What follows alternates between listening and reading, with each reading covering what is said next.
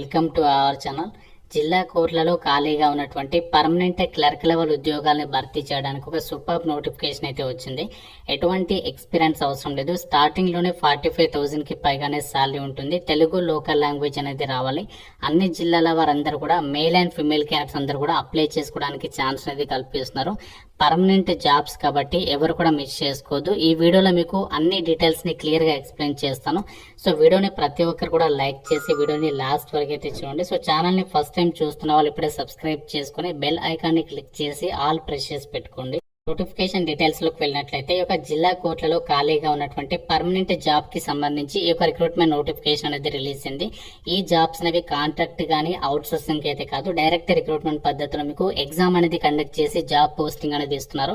ఇలాంటి జిల్లా కోర్టులలో మీరు మీ జిల్లా నుంచి కూడా ఇలాంటి జాబ్స్ గురించి కనుక మీరు ఎదురు చూసినట్లయితే కోర్టు జాబ్స్ కోసం, సో డెఫినెట్ గా మీరు ఏ జిల్లా నుంచి చూస్తున్నారో వీడియోని లైక్ చేసి మీ డిస్ట్రిక్ట్ నేమ్ అనేది కామెంట్ రూపంలో అయితే రాయండి. మీ డిస్ట్రిక్ట్ కి సంబంధించిన నోటిఫికేషన్ రిలీజ్ అయిన వెంటనే కూడా మన ఛానల్లో ఈ యొక్క జాబ్ అప్డేట్ అనేది ప్రొవైడ్ చేయడం అయితే జరుగుతుంది. ఈ నోటిఫికేషన్ కి సంబంధించి మనకి నోటిఫికేషన్ ఎప్పుడు వచ్చింది అంటే 19th జూలైన ఈ నోటిఫికేషన్ అనేది మనకి న్యూస్ పేపర్ లో అయితే పబ్లిష్ చేయడం అయితే జరిగింది. అప్లికేషన్ ప్రాసెస్ అనేది ఆల్రెడీ స్టార్ట్ అయింది. లాస్ట్ డేట్ వచ్చేసి మనకి August 5th వరకు అయితే టైం ఉంది.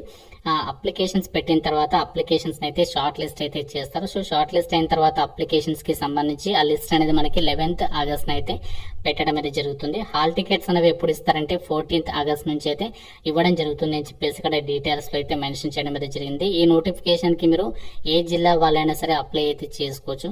రిక్రూట్మెంట్ నోటిఫికేషన్ కి అప్లై చేసే క్యాండిడేట్స్ కి మీకు లోకల్ లాంగ్వేజ్ అనేది రావాలి అని చెప్పేసి ఇక్కడ నోటిఫికేషన్ లోనే లింగ్విస్టిక్ క్వాలిఫికేషన్ చెప్పేసి ఇక్కడ క్లియర్ గా అయితే ఇచ్చారు. కాబట్టి మీకు తెలుగు లోకల్ లాంగ్వేజ్ అంటే తెలుగు చదవడం, రాయడం, మాట్లాడడం అనేది వచ్చినటువంటి క్యాండిడేట్స్ మాత్రమే ఈ నోటిఫికేషన్ కి అయితే అప్లై చేసుకోవచ్చు. ఏజ్ లిమిట్ విషయానికి వచ్చినట్లయితే మినిమం మీకు 18 years ఆఫ్ ఏజ్ ఉండాలి. మాక్సిమం ఏజ్ ఏమో 34 years వరకు కూడా అప్లై చేసుకోవడానికి ఛాన్స్ అనేది కల్పిస్తున్నారు. సో దాంతో పాటు మీకు గవర్నమెంట్ ఆఫ్ రూల్స్ ప్రకారం SC, ST, BC, EWS వాళ్ళకి ఎక్స్ట్రా మీకు 5 years ఏజ్ రిలాక్సేషన్స్ కూడా కల్పిస్తాము అని చెప్పేసి నోటిఫికేషన్ లోనే సో క్లియర్ గా అయితే వాళ్ళు మెన్షన్ చేయడం అనేది జరిగింది. అయితే ఈ యొక్క జాబ్ నోటిఫికేషన్ ద్వారా మనకి ఏమేమి జాబ్స్ ని భర్తీ చేస్తున్నారంటే స్టెనో లేదా టైపిస్ట్ కి సంబంధించినటువంటి వేకెన్సీస్ అయితే రిక్రూట్మెంట్ అనేది చేస్తున్నారు. ఇది మనకి క్లర్క్ లెవెల్ జాబ్ అనమాట. సో దీనికి సాలరీ వచ్చేసి గవర్నమెంట్ సాలరీ, మనకి పర్మనెంట్ జాబ్ కాబట్టి మీకు స్టార్టింగ్ లోనే 45,000 కి పైగానే సాలరీ ఉంటుంది. సో చాలా మంచి సాలరీ అని చెప్పుకోవచ్చు. మన సొంత రాష్ట్రంలో, మన సొంత జిల్లాకి దగ్గరలోనే మీరు కోర్టులో ఇంత మంచి సాలరీని అయితే తీసుకోవచ్చు అనమాట. అన్ని కూడా మనకి పర్మనెంట్ జాబ్స్. ఇక్కడ ఈ యొక్క జాబ్స్ కి సెలక్షన్ అనేది ఎలా చేస్తారంటే మీకు ఫస్ట్ రిటర్న్ ఎగ్జామినేషన్ అనేది కండక్ట్ చేస్తారు. ఇది మనకి OMR బేస్డ్, అంటే మనకి OMR పేపర్ ఉంటుంది కదా, ఆ యొక్క OMR పేపర్ లోనే మనము బబ్లింగ్ అనేది చేయాల్సి ఉంటుంది అనమాట. ఆబ్జెక్టివ్ టైప్ లో ఈ యొక్క టెస్ట్ అనేది కండక్ట్ అయితే చేయబోతున్నారు. 40 marks కి అయితే ఈ యొక్క టెస్ట్ అనేది ఉంటుంది.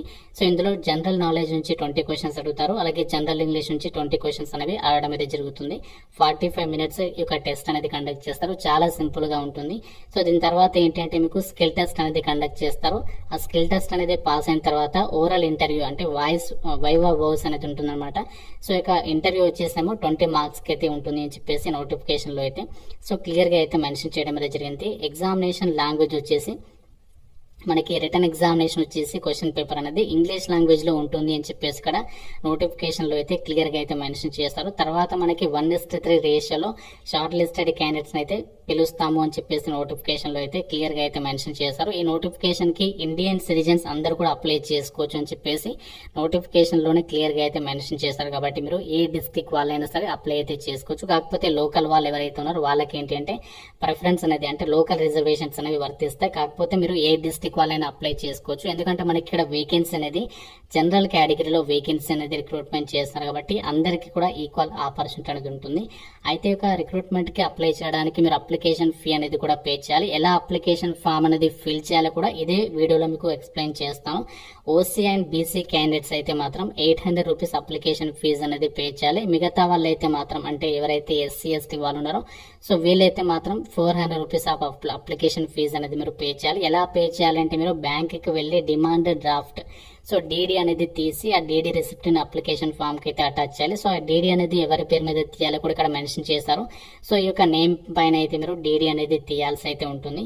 సో ఇక నోటిఫికేషన్ కి సంబంధించి ఎవరైతే అప్లై చేయాలి అనుకుంటున్నారో అప్లికేషన్ ఫామ్ కి ఏమేమి డాక్యుమెంట్స్ ని అటాచ్ చేయాలి అన్ని కూడా ఇక్కడ నోటిఫికేషన్ లో అయితే సో వాళ్ళు క్లియర్ గా అయితే మెన్షన్ చేయడం అనేది జరిగింది. ఈ పోస్టులకి సంబంధించి జనరల్ కేటగిరీలో వేకెన్సీ అనేది కేటాయించారు కాబట్టి ఎవరైనా సరే అప్లికేషన్ అనేది పెట్టుకోవచ్చు అనమాట. అలాగే అప్లై చేయడానికి లాస్ట్ డేట్ ఆల్రెడీ చెప్పాను కదా, August 5th వరకు కూడా మీరు అప్లికేషన్ అనేది చేసేసుకోవచ్చు.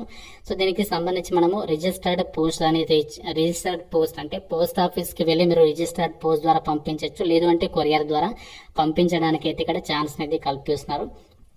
సో మీరు ఏ అడ్రస్ కి పంపించాలో కూడా ఇక్కడ అడ్రస్ అనేది ఇచ్చారు. థర్డ్ పాయింట్ లో ఈ అడ్రస్ ఉంది కదా, ఈ అడ్రస్ అనేది మీరు క్లియర్ గా నోట్ చేసుకోండి. సో దానికి మీరు అప్లికేషన్ అనేది పంపాల్సి అయితే ఉంటుంది. సో మీరు ఈ రోజు లేదంటే ఈ రోజు అయితే టైం అయిపోయింది కాబట్టి రేపు లేదంటే ఎల్లుండి మీకు వీలైనంత తొందరగా ఈ యొక్క నోటిఫికేషన్ కి సంబంధించి మీరు అప్లికేషన్ అనేది పంపించేటువంటి ప్రయత్నం అయితే చేయండి. ఇది మనకి క్లర్క్ లెవెల్ జాబ్ కాబట్టి క్వాలిఫికేషన్ అనేది మీరు డిగ్రీ అనేది పాస్ అయితే సరిపోతుంది అనమాట. ఇక్కడ must have passed degree in arts గానీ, సైన్స్ గానీ, కామర్స్ గానీ లేదా లా విభాగంలో కానీ ఈ యొక్క విభాగాల్లో మీరు ఏదైనా దీనికి సంబంధించినటువంటి రిలేటెడ్ ఫీల్డ్ లో కూడా మీరు ఏ డిగ్రీ చేసినా కూడా ఎలిజిబుల్ అనమాట. సో దీంతో పాటు ఏంటంటే గవర్నమెంట్ టెక్నికల్ ఎగ్జామినేషన్ అనేది షార్ట్ హ్యాండ్ కి సంబంధించి 120 వర్డ్స్ పర్ మినిట్ ఇంగ్లీష్ కి సంబంధించి మీకు ఏదైతే లోయర్ గ్రేడ్ కి సంబంధించినటువంటి సర్టిఫికేట్ కానీ హైయర్ గ్రేడ్ కి సంబంధించి సర్టిఫికేట్ కానీ కంపల్సరీగా ఉండాలి. సో దాంతో పాటు మీకు ఇంగ్లీష్ టైప్ రైటింగ్ కి సంబంధించి అంటే ఇక్కడ షార్ట్ హ్యాండే కాకుండా టైప్ రైటింగ్ కి సంబంధించి కూడా మీకు అక్కడ సర్టిఫికేట్ అనేది ఉండాలి. దాంతో పాటు కంప్యూటర్ నాలెడ్జ్ ఉండాలి, సర్టిఫికేట్ అనేది అవసరం లేదు.